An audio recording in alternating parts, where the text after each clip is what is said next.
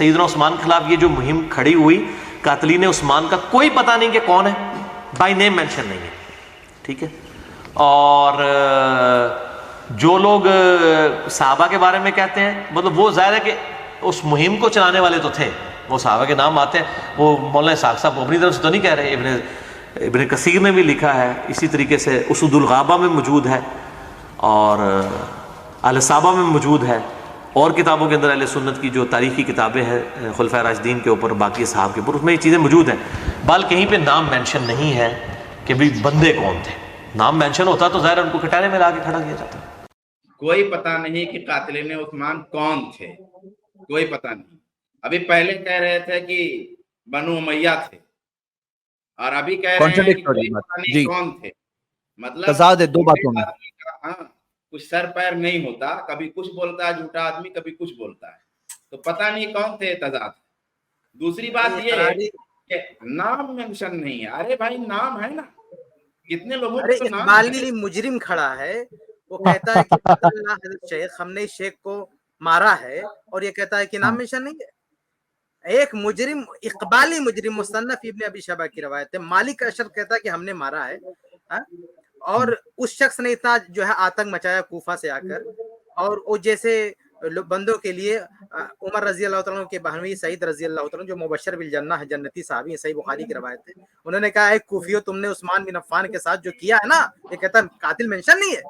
ارے کوفہ والوں کو مخاطب کر کے کہہ رہے ہیں کہ تم نے عثمان بن عفان رضی اللہ تعالیٰ عنہ کے ساتھ جو کیا ہے، اس کی وجہ سے پہاڑ، اپنی یہ احد پہاڑ نا اپنی جگہ سے کھسک جائے تو اسے کھسک جانا چاہیے. اتنا بڑا جرم کیا، وہ کہتا مینشن نہیں ہے. یہ مالک بن اشتر کیا لگتا ہے اس کا، یہ بہت اس کا گن گاتا ہے کہ مالک اشتر رحمہ اللہ، مالک کا طرف یہ آتنک، یہ جا کے پورا آتنک مچا ہے، یہ دہشت گرد، کوفی دہشت گرد. وہ کہتا نام مینشن نہیں ہے. مالک اشتر جس کو کتا کہا ہے امہات المومنین میں سے، اور یہ اس کا نام مینشن نہیں ہے. تو نام بھی مینشن ہے، اور اقبالی مجرم بھی کہ ہم نے مارا ہے، پھر بھی کہتا نام مینشن نہیں ہے. مسند احمد کی جو حدیث ہے جس میں اللہ کے نبی صلی اللہ علیہ وسلم کیا فرما رہے ہیں، وہ بہت غور کرنے کی چیز ہے.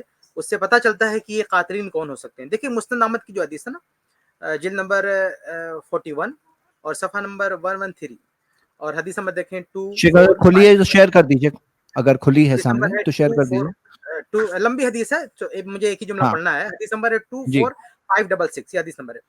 اس میں اللہ کے نبی صلی اللہ علیہ وسلم فرماتے ہیں کہ یا عثمان، اے عثمان، ان اللہ عز وجل عسى ان يلبسك قمیصا، کہ انشاءاللہ اللہ تعالیٰ تمہیں قمیص پہنائے گا. فَإِنْ أَرَادَكَ الْمُنَافِقُونَ عَلَى خَلْعِهِ، اگر منافقین تمہاری یہ قمیص اتارنا چاہیں. ذرا غور کیجیے، مسند احمد کی حدیث ہے. مسند احمد کی جو محققین ہیں نا، انہوں نے اسناد کو صحیح لکھا، اس کی سند کو صحیح قرار دیا، روایت بالکل صحیح ہے. تو اس میں اللہ کے نبی صلی اللہ علیہ وسلم کہہ رہے ہیں، ان سے اللہ کے نبی سے بڑی بات کس کی ہو سکتی ہے، جو چیز حدیث میں کلیئر ہو گئی کہ کون ان کو قتل کرے گا، کون ان کے خلاف جائے گا. تو اللہ کے نبی سب کو منافقین بول رہے ہیں. اور کیا صحابہ منافق ہو سکتے؟ ہو نہیں سکتا. صحابی اور منافق ایک دوسرے کی ضد ہے، کوئی منافق صحابی ہو نہیں سکتا. تو اللہ کے نبی صلی اللہ علیہ وسلم خود فرما رہے ہیں کہ فَإِنْ أَرَادَكَ الْمُنَافِقُونَ عَلَى خَلْعِهِ، کہ اگر منافقین ارادہ کریں گے کہ یہ قمیص اتار دو، فَلَا تَخْلَعُهُ حَتَّى تَلْقَانِي، تو مرتے دم تک اس قمیص کو تم نہیں اتارنا. یعنی مر جانا، لیکن شہید ہو جانا، لیکن اس قمیص کو مت اتارنا. منافقین کے کہنے پہ یہ قمیص مت اتارنا. چنانچہ عثمان بن عفان رضی اللہ تعالیٰ عنہ نے شہید ہونا گوارا کر لیا، دنیا سے چلے گئے، لیکن انہوں نے خلافت سے ہٹے نہیں، کیونکہ اللہ کے نبی صلی اللہ علیہ وسلم نے یہ ان کو کہہ رکھا تھا کہ منافقین اگر کہیں. تو اس سے کیا پتہ چلتا ہے کہ یہ صحابہ نہیں ہو سکتے. عثمان رضی اللہ تعالیٰ عنہ کے کا قتل کرنے والے صحابہ نہیں ہو سکتے. اس کے پیچھے جو بھی سازش ہے وہ منافقین کی ہے. اور جو اللہ کے نبی صلی اللہ علیہ وسلم کے رازدار صحابی تھے، جنہیں فتنوں کے بارے میں بہت معلومات تھی، انہوں نے، یعنی حذیفہ رضی اللہ تعالیٰ عنہ، حذیفہ رضی اللہ تعالیٰ عنہ نے تو باقاعدہ پیشین گوئی کر دی کہ ان کو مارنے والے سب جہنمی ہوں گے.